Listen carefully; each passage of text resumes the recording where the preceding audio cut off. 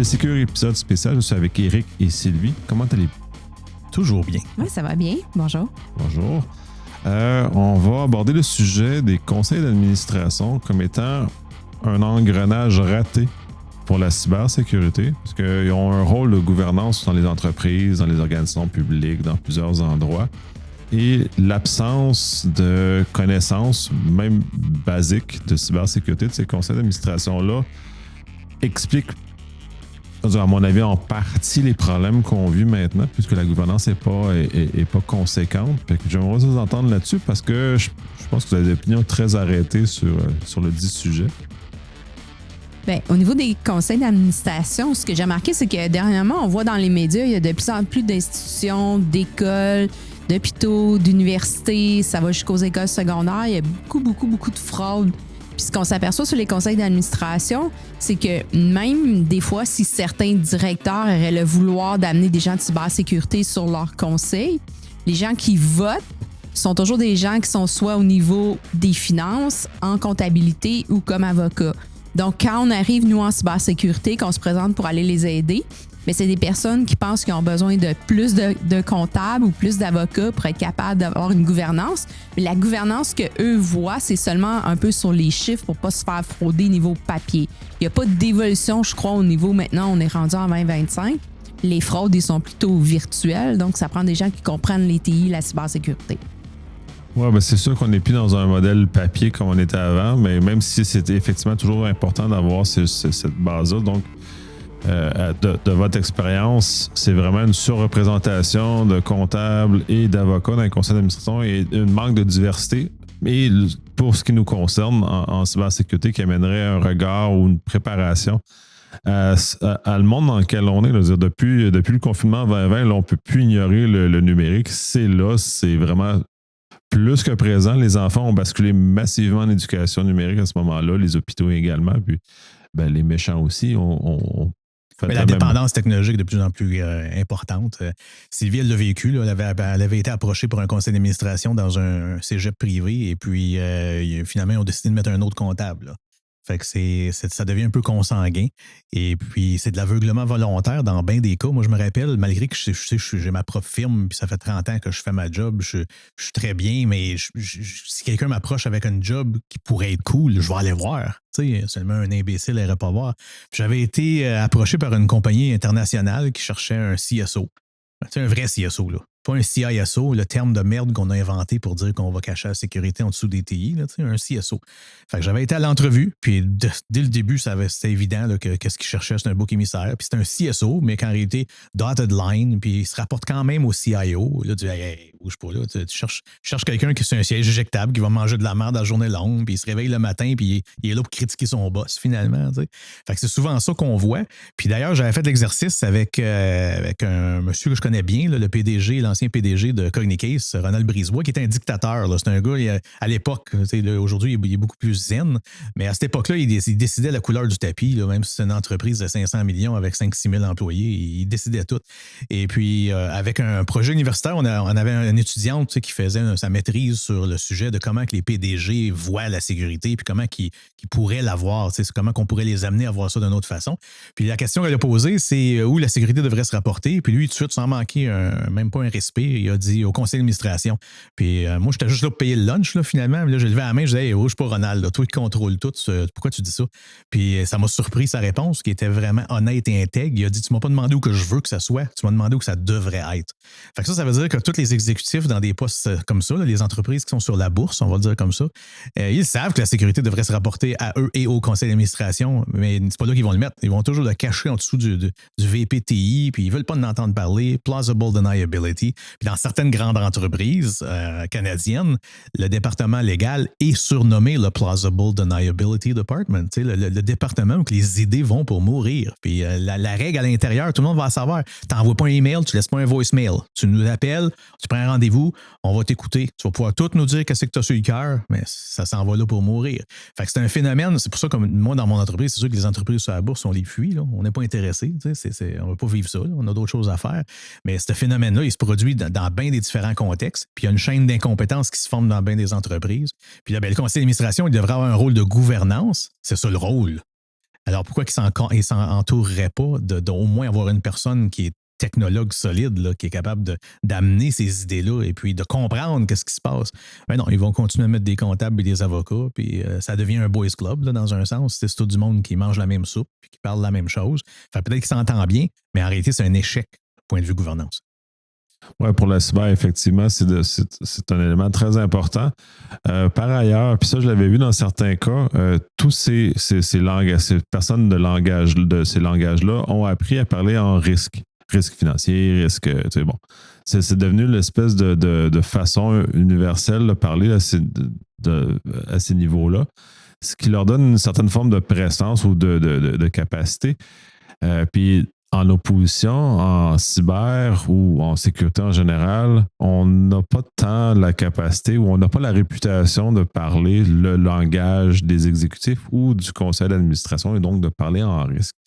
Est-ce qu'on aurait un travail à faire sur nous pour nous aider à se placer davantage dans les conseils d'administration, puis justement de faciliter. Puis, c'est pas juste vous deux que dans les conseils d'administration, on en veut beaucoup. Là, puis au Québec, il y en a vraiment beaucoup de conseils d'administration, donc on voudrait avoir une représentation. À la limite, je pense que il y a au moins un conseil d'administration par genre qui travaille en cyber au Québec. Là.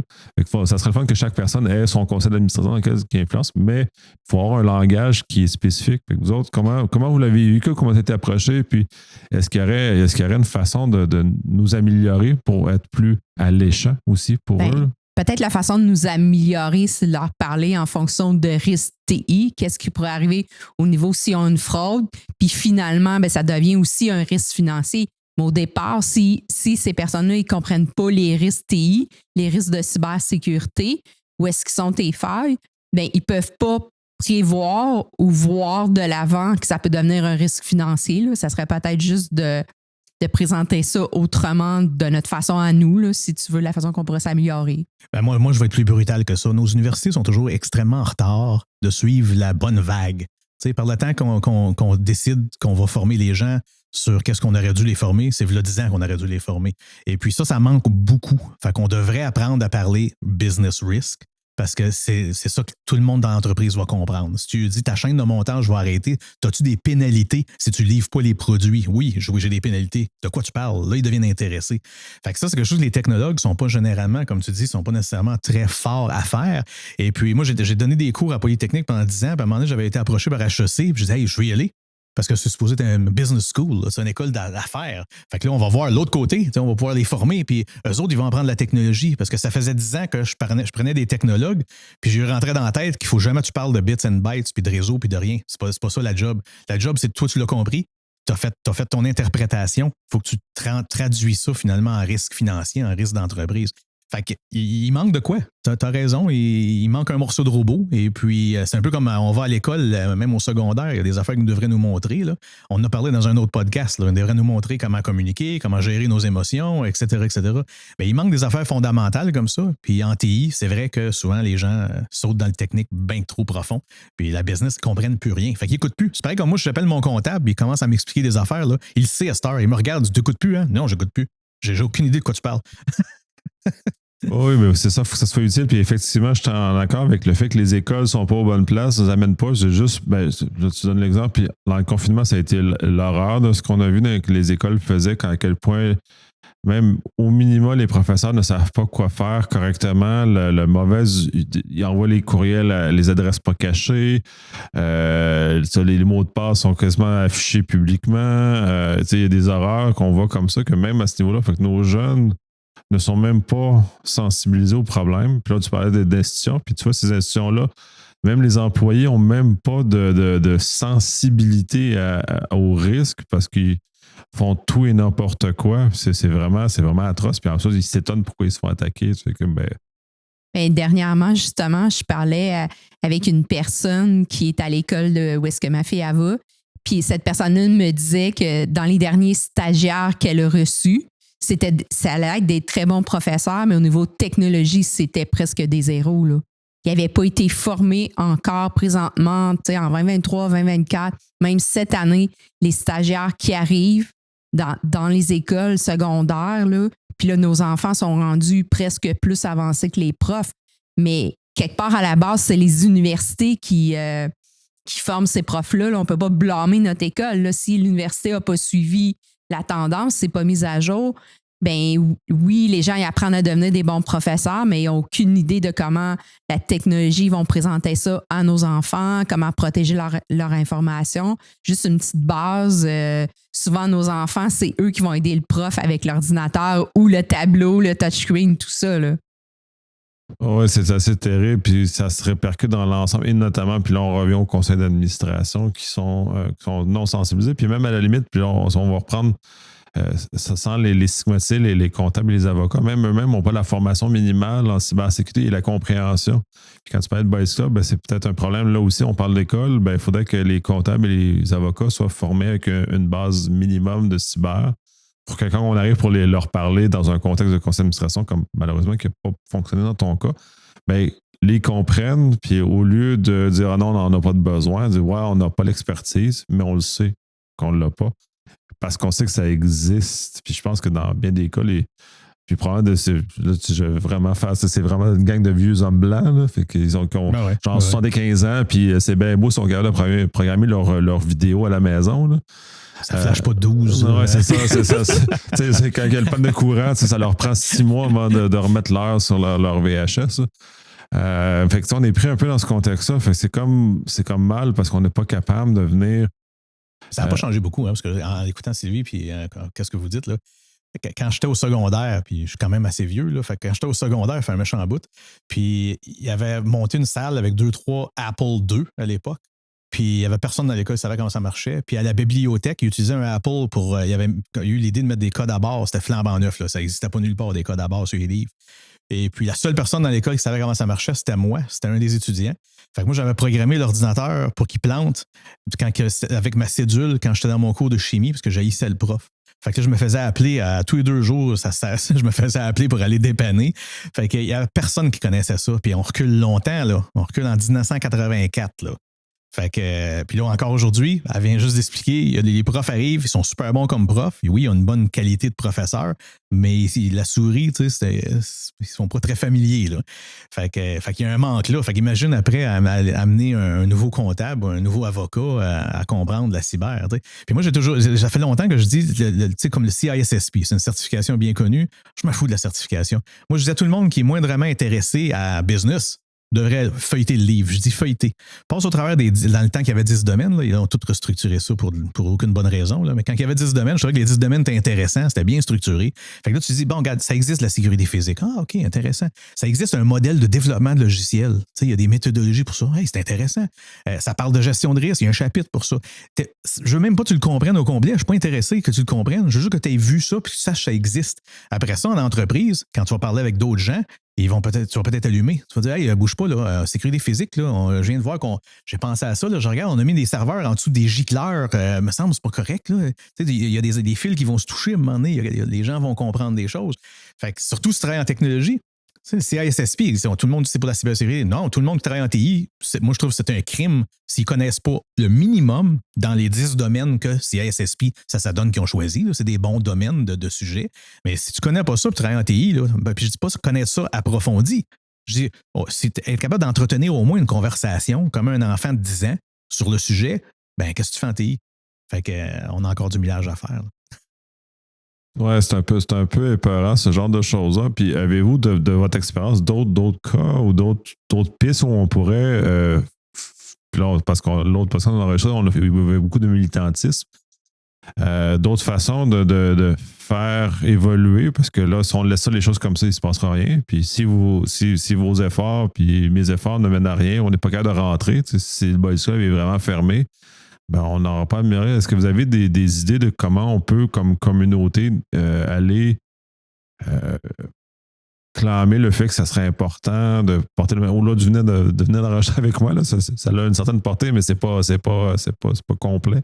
D'autres façons, on pourrait aller mettre notre pied dans la porte puis commencer à être présent.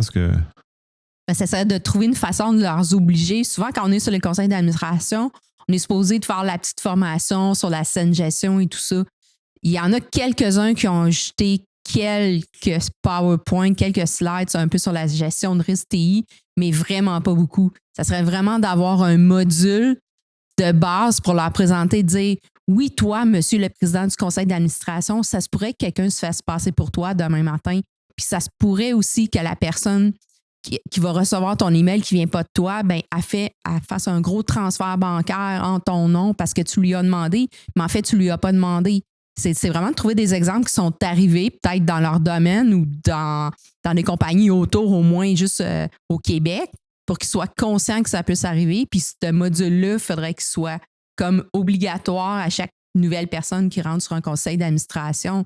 Tu sais, une formation d'à peu près 2 heures, puis au moins, ils seraient sensibilisés, là. Oui, puis je pense que le problème, encore une fois, c'est d'amener les gens, mettre de la réglementation. J'haïs ça quand c'est ça qu'on est obligé de faire, mais t'as pas le choix à un moment donné. Parce que, tu sais, je parlais à un journaliste la semaine passée d'un autre sujet différent, mais je disais, les citoyens, ils s'en foutent. Puis la journaliste disait, pourquoi tu dis ça? Et regarde, le monde appelle, là, la ligne ouverte, il y a du monde qui appelle. Je dis, ouais, attends, là, tu viens des piquer. Fait qu'ils sont en beau maudit, ils montent d'un rideau aujourd'hui. Même si le problème, c'est grave, dans 24 heures, ils sont retournés à leur poutine, eux autres, là, puis ils s'en foutent. Fait que là, elle a compris ce que je voulais dire. Puis tu le vois la même affaire avec les élections. Tu as une élection, il y a peut-être un sujet qui tranche, le monde va être en beau maudit, mais ils vont pas voter parce que c'est pas aujourd'hui le vote, là. C'est dans 2 semaines, 2 mois. Ah ouais, j'ai oublié. C'est le quotidien. C'est ça, la mémoire de l'électeur, c'est au maximum 3 mois avant les élections. Gros max. Puis maximum. Ouais. Fait que, l'effet, effectivement, n'est pas ça. J'ai vu, je crois que c'est la semaine dernière, quand la compagnie aérienne australienne a pénalisé ses exécutifs Oui. pour ce genre de choses. Ça, c'est un c'est exemple. Nouveau, ça. Oui, puis ça, j'adore. Ça, c'est un exemple qui milite dans ce que vous dites, de dire... puis là, c'est les conseils d'administration qui les ont pénalisés. Là. Ils sont pas auto-pénalisés. Là. En général, ils ne font pas tellement ça. D'ailleurs, c'est drôle, on peut comparer à HIPAA, la loi sur la santé aux États-Unis. Il y a des grilles de pénalité. Puis les grilles de pénalité sont basées sur, ça le dit vraiment, là, ça arriverait à n'importe qui, tu as une pénalité. Je trouve ça sévère. Ça arriverait à n'importe qui, tu as une pénalité. Après ça, quelqu'un qui aurait fait un job qui aurait eu de l'allure, ça n'y aurait pas arrivé. Là, la pénalité est pas mal plus haute. Parce que là, toi, tu t'es fait avoir, là, puis tu aurais fait un job, il y aurait de l'allure. Puis la 3e colonne, c'est tu le savais que c'était tout croche, puis tu n'as rien fait. Puis là, la pénalité est énorme. Puis la pénalité va jusqu'à une pénalité personnelle, puis tu peux même aller en prison, dépendant c'est quoi la nature des données. Fait que ce modèle-là, il a du sens. Imagine, là, on va prendre la fameuse brèche Desjardins, là, que tout le monde parle tout le temps. Mais si une brèche dans une entreprise de cette envergure-là, ça aurait coûté 20% du salaire du PDG, ça aurait été un four auto-nettoyant. La priorité aurait été sur le dashboard. Et puis, moi, je veux des rapports, je veux savoir où on s'en va avec notre maudite sécurité. Fait que, mais c'est pas ça qui se produit, parce que la pénalité, c'est les actionnaires qui vont le payer. Fait que supposons que tu as RDPG, GDPR, whatever, toutes ces lois-là. Supposons qu'il y a une pénalité à payer. Ouais, mais Google, quand il paye une pénalité, là, c'est pas le PDG qui l'a payé, là. C'est les actionnaires. Fait que c'est business as usual. T'sais, on s'est fait voler du stock, mais business as usual. T'sais. Ou les clients, tout dépend. Mais c'est jamais la structure de gestion qui effectivement se retrouve à payer dans ce cas-là. Pour l'exemple de Desjardins, et ce qui a été au moins positif, puis ce que je vois aussi généralement en incident, c'est que quand le coup de pelle a été reçu en pleine face, en général, ils se sentent agressés. Fait que là, ils agissent tout dépendant des organisations. Des fois, c'est des mois, des fois, c'est des années. Desjardins, ça a été un cas où ils ont investi énormément pendant des années pour nettoyer le gâchis dans lequel... exact. Dans les majorités des entreprises, c'est 2-3 semaines, là, la plupart des brèches. Mais quand c'est des vraies brèches, des grosses, tu as raison. Ça va le feeling va rester. Puis dans l'industrie aussi, parce que la journée que Desjardins a annoncé le brèche, là, toutes les autres banques avaient une cellule de crise, puis il y avait même l'audace de les appeler la cellule de crise Desjardins. Fait que la Banque nationale avait une cellule de crise Desjardins, etc. Et puis tout le monde se posait la question, ça peut-tu nous arriver? Puis tous les gars comme nous autres, les gars et les filles comme nous autres, on était là, on dit, de quoi tu parles, toi? C'est sûr, ça peut nous arriver. C'est tout croche ici aussi, tu sais. Puis là, les exécutifs, comment ça, c'est tout croche ici? Elle fait pas la vierge offusquée, là, vous le savez que c'est tout croche. Ouais. Peut-être aussi, qu'est-ce qu'il faudrait, c'est qu'au niveau des assurances de cybersécurité, peut-être qu'il faudrait qu'il y ait une ligne qui dit est-ce que votre conseil d'administration a au moins ce sujet-là dans un meeting une fois par année? Ben moi, j'irais plus loin, mais j'irais avec l'agressivité de dire avez-vous un rôle de cyber sur le conseil? Commencer quelque part, oui. Ouais, ben, pour l'avoir vu, en tout cas, à l'heure actuelle, les contrats d'assurance demandent un ciseau. C'est déjà un bon départ. C'est déjà ça, là, ce qui n'a pas toujours été le cas. Mais ce que je vois généralement, les grilles d'assurance que j'ai que j'ai eu à remplir ou à aider des entreprises à remplir, c'est toutes des affaires très ponctuelles, très précis. Avez-vous un MFA? Avez-vous tel, est-ce que vous avez le DKIM d'installer, le DMARC d'installer? C'est de façon ultra précis sur les choses quand il pourrait amener des éléments de gouvernance beaucoup plus intéressants. Et est-ce que votre conseil d'administration a ce genre de choses-là? Puis là, ça va venir. C'est ça, avez-vous un conseil d'administration? Oui. Est-ce que quelqu'un a le titre de porter le chapeau responsable au niveau cybersécurité, même si ce n'est pas un expert, au moins quelqu'un qui va se documenter et qui va être conscient que ça existe, là. Ben, puis que le sujet est traité, finalement. Parce que, en réalité, les conseils d'administration ne se rencontrent pas tous les semaines. Là, fait que je vois mal une entreprise qui a un conseil d'administration pour avoir de quoi dire, même 5-15 minutes, sur l'état de la cybersécurité dans l'entreprise. C'est un work in progress dans la majorité, dans toutes les entreprises. Il y a une dette technologique constante. Fait que pourquoi tu ne voudrais pas avoir un compte rendu là-dessus? Mais c'est pas ça qui se produit aujourd'hui. Aujourd'hui, comme exemple, on avait un gros client, puis on trouvait ça tellement insultant. On l'a flushé, ce client-là. Il était sur la bourse, puis on avait un produit ou un projet de gestion des vulnérabilités. C'était nouveau. Fait que tu passes ça, cette affaire-là, puis ça trouve littéralement des centaines de milliers de critiques, là. Tu sais, le plus rouge que ça, tu meurs, là. Fait que c'est merveilleux. On les trouve, là. Là, finalement, on va avoir l'écoute. On va pouvoir... Fait que là, au conseil d'administration, il y avait quelqu'un, le fameux CISO, fait sa slide pour rapporter ça, sans mettre les nombres, mais mettre un code de couleur dessus, dire voici notre état. Puis il s'est fait tout refaire ses slides. Il fallait que ça soit vert.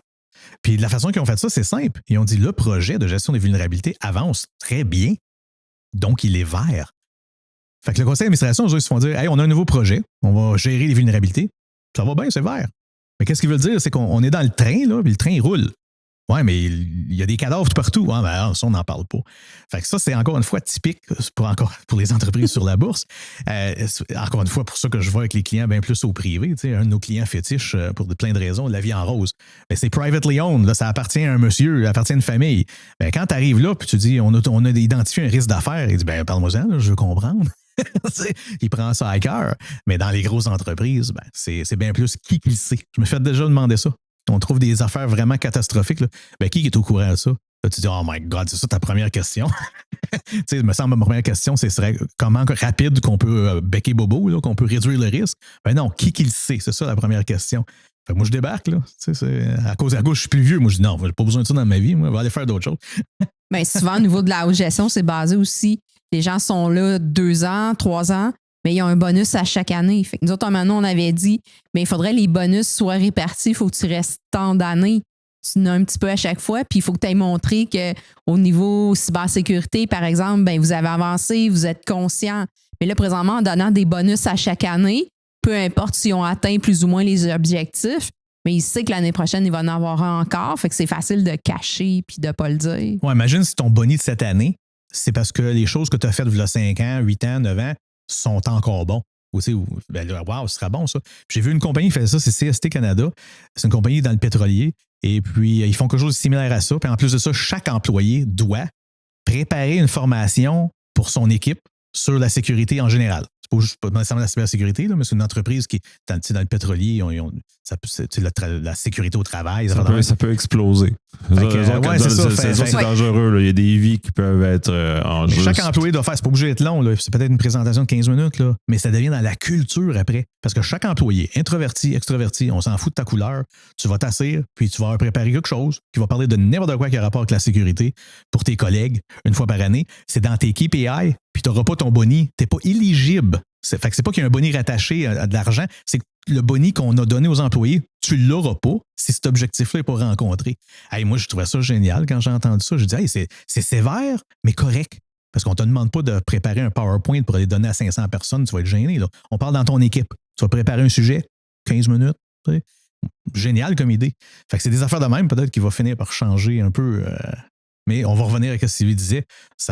Malheureusement, le monde marche à claque sur la gueule puis au coup de pelle d'en face. Fait que faut qu'il y ait des événements qui se produisent ou faut qu'il y ait de la réglementation des lois et des choses qui viennent pousser dans cette direction-là pour accélérer les choses. Parce que le gros bon sens, c'est pas donné à tout le monde. Non, surtout pas dans dans ce domaine-là. Avez-vous d'autres éléments? On fait quand même un bon tour sur la question. Est-ce que vous avez d'autres idées ou d'autres velléités à communiquer à ce sujet-là? Ben, des atrocités, je pense qu'on en a tellement vu, on pourrait en parler pendant des heures. Moi, j'ai rien d'autre, je sais pas toi. Non, moi, je pense que c'est complet, là. Parfait. Merci beaucoup de ce partage-là. J'espère qu'on va avoir réussi à faire bouger les choses un peu, moins de sensibiliser les gens et les réveiller un peu à ce que la structure de gouvernance et les conseils d'administration devraient jouer son rôle. Mais en même temps, c'est une note un peu plus négative. On le voit avec le scandale qui est en cours à l'heure actuelle. Le conseil d'administration n'a pas fait son travail là non plus. Puis là, on ne parle pas de cybersécurité, on parle de contrôle et de gouvernance d'une société d'État.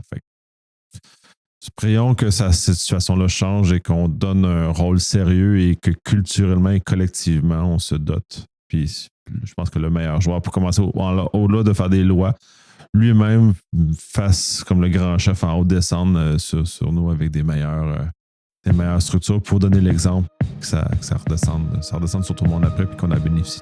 On a cet espoir. Ouais. Merci de nous avoir invités. Merci. Merci.